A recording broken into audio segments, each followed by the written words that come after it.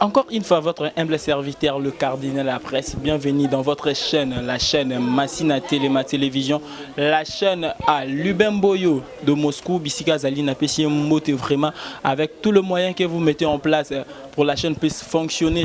Je tiens vraiment à vous remercier.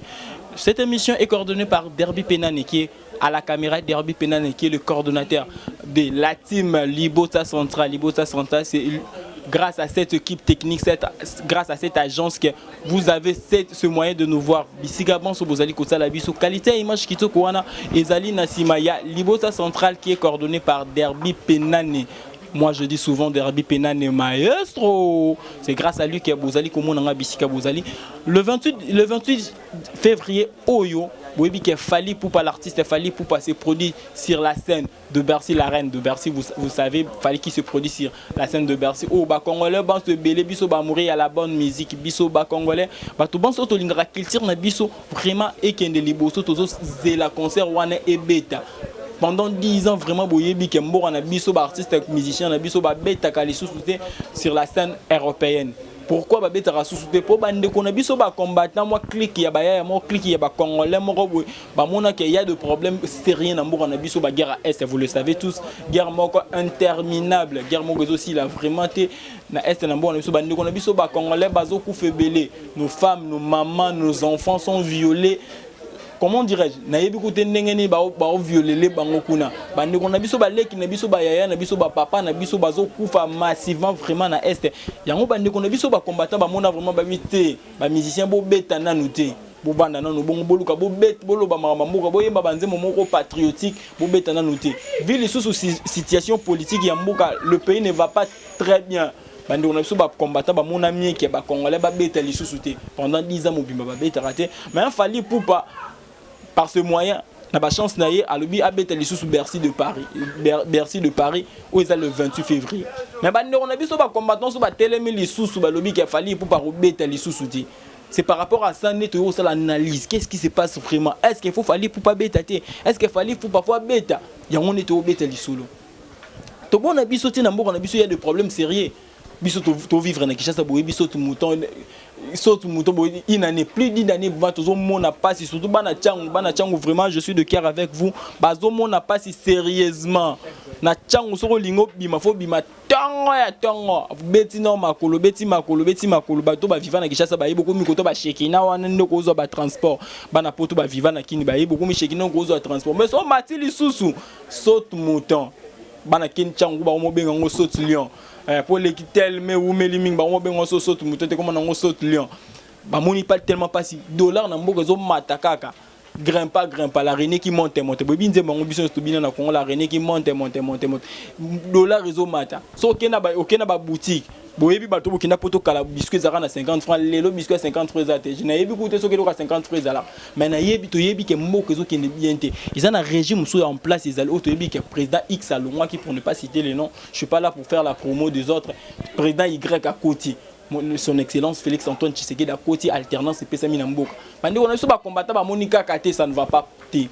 Mais normalement, so ba yebi que so changer moi si to yeba que so ba changer moi si yana ba démarche musu ba kina ba lempa moi si wana. Et ça ba démarche so ba ndeko so ba commentaire bo ya siko pas président sika. Beaucoup tanana président et tous on a besoin d'artistes musiciens biso ba na robeta sous na poto. Poto yebi que na ba ndako na bino, ba musique na bino betaka. Ba musique ba fali pour ba ya ba inosbi ya ba faire rigole ba ya ba vena biso nsone ba ve 4 betaka na ba ndako na bino. Mais bo pekisa bango ba beta ba concert mais comment c'est fait na ba ndako na bino ba musique na bango beta. Là bo melaka ba whisky na bino na ba champagne na bino ba musique na bango beta na ba téléphone ya bana na bino. Ba nzema ba mettre Gims ya ba daju baza ba congolais.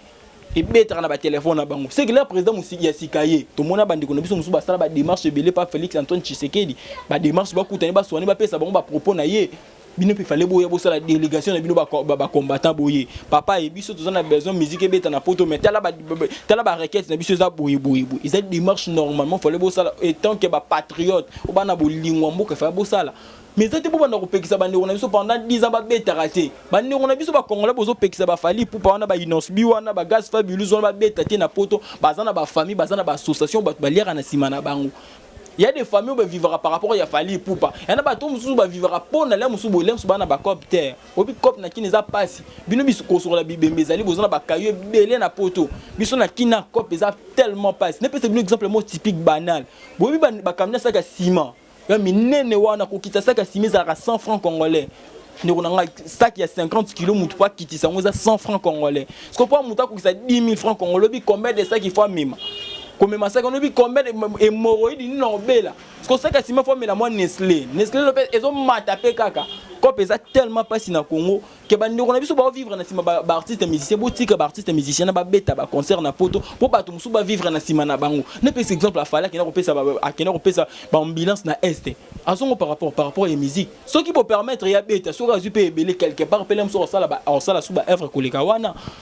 En plus, les artistes et musiciens, ils ont des bêtises, ils ont des patriotiques. Quelque part, ils ont présence, ils ont une œuvre d'esprit. On ne sait pas maîtriser l'esprit. Moi, je ne suis pas expert dans le domaine de la spiritualité. Ils ont une œuvre d'esprit. Idée. À quoi on a ça dans des pour sur demande. À tailleur, quelque part, tailleur, il y a une bataille, mais il y a 30 à saluer et la masse sur demande. Pourquoi ça là, il a aussi demandé. Boutique d'artistes, ils sont fali pour pas faire rigolo, ba bête, ba concert na poto. En plus, ce qui me fait mal la maramounio, c'est comme le roi cop na bino ba combattant. Ce que si man a monté na musique, le roi de Gonanga Boké, tu premier permettre na tangi combo na. Ce si man a monté na musique, cop bon ils bien na poto, yo comme no combattant, ça les chaînes il y a internet, comme lié lango ba vie comme lango cha baba no ba kenenchiki, pour na passe ba ngona biso na est. Quelque part on a biso tous à sérieux. Est-ce que vous avez violé? Vous avez guerre, ils ont raté, congolais, vous avez raté, vous avez la ngombong. Et si il fallait pour pas robeta bandi on a vu artiste musicien ba robeta na poto cop ko kufa yo. Ko lingate pas si bandi ko mususi ko makop na yo. Comme ko bouffer sur la souffrance des congolais. Biso ne ba congolais muto souffrir. Biso ba vrai congolais biso na mboka ndi to souffrir. Yo na libana mboka ndi ko na ozoli hamburger. Hein, ou les frites bien. Biso to leba makwala, ah biso to leba fuela la to beta makolo na soto muto. Yo bi passe soto muto. Un de konanga. Yo bi passe à moya 12h à 13h. Oyebi angote yobi hiver oyebi été. Yobi patiente biso nem to mona passe comme si vous pouvez ba qui ça artiste musicien ba bête faut biso ne to peki ça on bête sur la chose bezité ou ça sous boité parce que c'est nous qui souffrons. C'est pas ndeko na biso na ba est ne ba souffrir. Mais comment se fait-il bande kongo na ba est un membre bande net frère Patrice pour citer le nom alors que ça ba œuvre na est. C'est beau peki ça bon ba ko bête c'est beau peki ça ba frère Patrice ba bête sur na pote ba artiste musicien.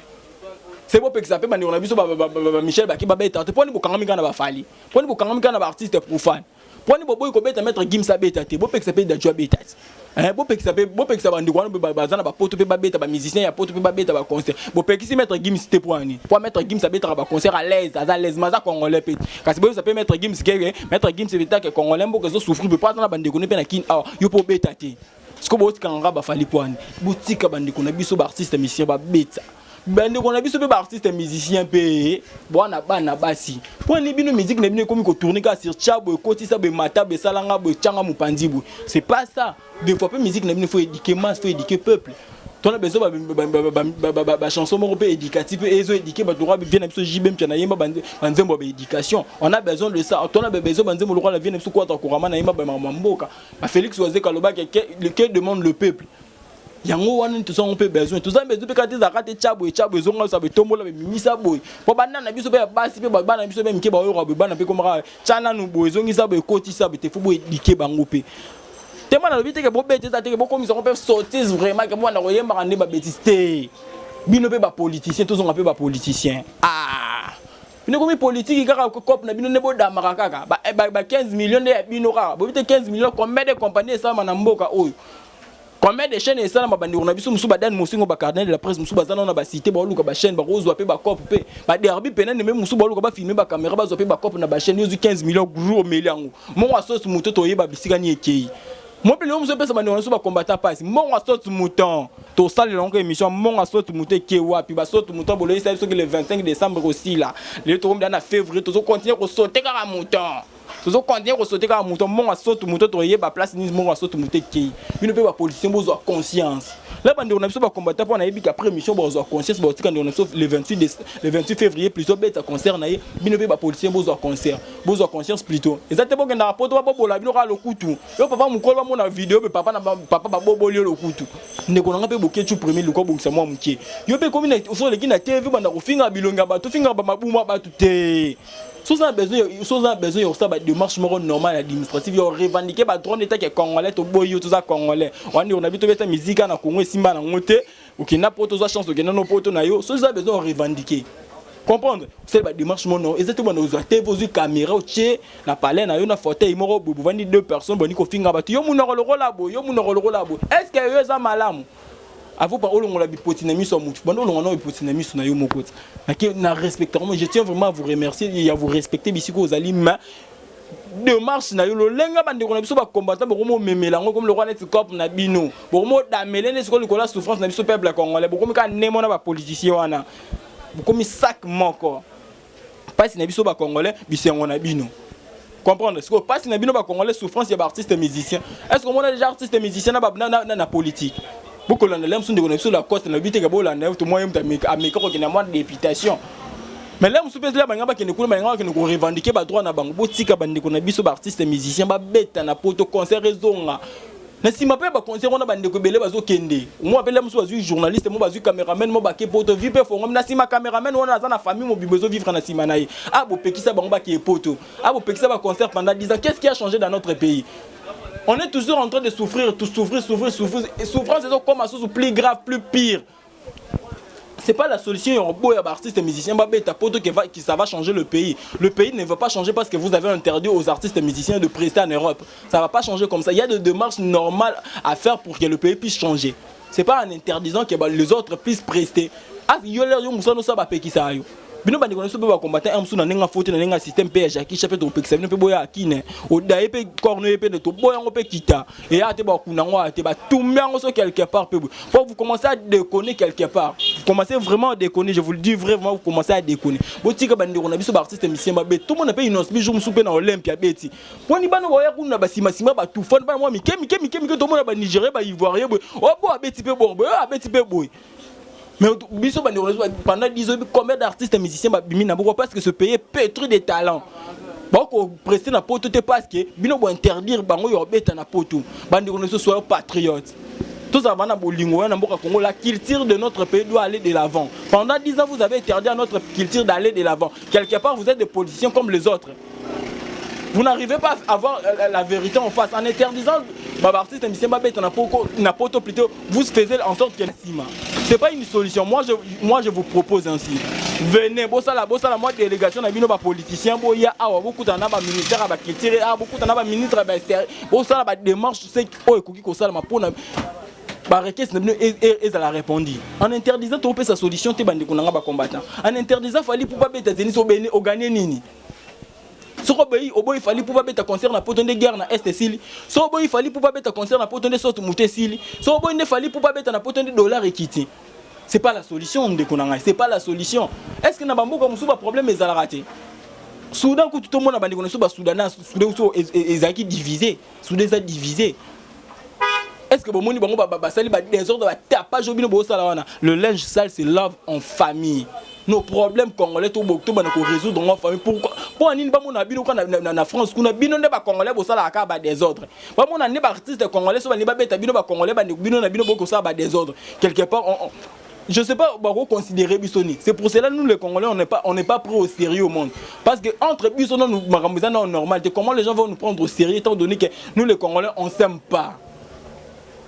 Bande ko nanga combattre papa nanga bokechu premier étant que moi na yo je sais que naza moi na yo pardon yo kana mbela oyo sika bande ko na biso ba fali poupa artiste monsieur ba beta na poto un jour pour moi na pe boye innocent ngaki ko beta na poto gas fabulous ngaki beta na poto a même pe derby pena na ke moi poto à cause de a ko lepe moi charwama le président mokonza mboka ese bino ake bozonga na mboka boyo bozonga to mona ba vidéo bo l'exemple taba gâteau minene na ite gâteau so ba libate kango alem so za pe ba 15 millions et bunga ka on va pas rentrer machin avec des Français fois. Vous n'allez pas rentrer pourquoi? Parce que vous savez qu'il y a la misère ici au Congo. Ce qu'on dit, c'est vivre misère wana. On permet aux artistes des musiciens ba bêta. Même sous musique wana et ça que moi pas stressé long wana. Bimi tongo be cop ezate. Na zongi on a qui moi musique a fallu pour pendant qui moi musique ya ready à miss, na qui moi moi à la coste et ça que moral et changaman et changana c'est. Ce qu'on dit besoin boire musique on est est-ce que n'a pas parlé na bino musique on est bêta raté. Pour conclure, vraiment, je suis arrivé à la fin de cette émission. Je demande à nos frères combattants, laissez artistes et musiciens bêta, concert et poto. On a marqué Zénith de Paris pendant 10 ans. Tous en Olympe pendant 10 ans. Tous en a besoin tout le monde sous artistes et musiciens, JBM Pianette, Zénith, JBM Pianette. Ça nous manque. Ils ont manqué biso Zénith de Paris, JBM Pianette, Soulutan ni Papa Chéri. Ça nous manque. On a besoin de Soulutan ni Papa Chéri avec nos bêta sous la Zénith de Paris. Pour nous comment solution Dubaï. T'as des grands trajets Dubaï. Pour être à concert, on est combattant vraiment pour le Tchana, c'est tout Tchana, c'est tout Congolais, tout le Kato Bongi, ça va problème. Nous sommes en famille le 28 février. Fali Poupa, Azala Sousuna Arène et à Bercy de Paris. La Pessibinombo, c'est Batunio Sobozuli, Bakuto Likama, Yako s'abonner, Yako l'émission Oyo, Nakati Yamasina télévision. Je tiens à remercier Batunio Sobalingarangai, mais chaque Zodo dans ces pays biscuits, Zaliwana, la Pessi vraiment beau temingi, la Pessi Mbo temingi, la Vienne Goliath, l'homme à la taille à pas mater, mais l'homme à la taille avec le moyen, ou le bis sous le temps, Papa Chéri, la taille et le moyen qui trouble les femmes, viennent en Goliath, Azanango, la Pessi Mbo, na trésor, le banquier, la Bossante vient en Gary ou le GI.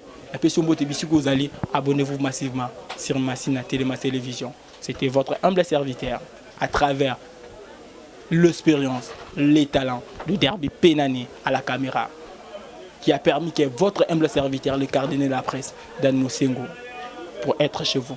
Je vous aime beaucoup. À une prochaine émission. Ciao. Abonnez-vous massivement à Massina Télévision.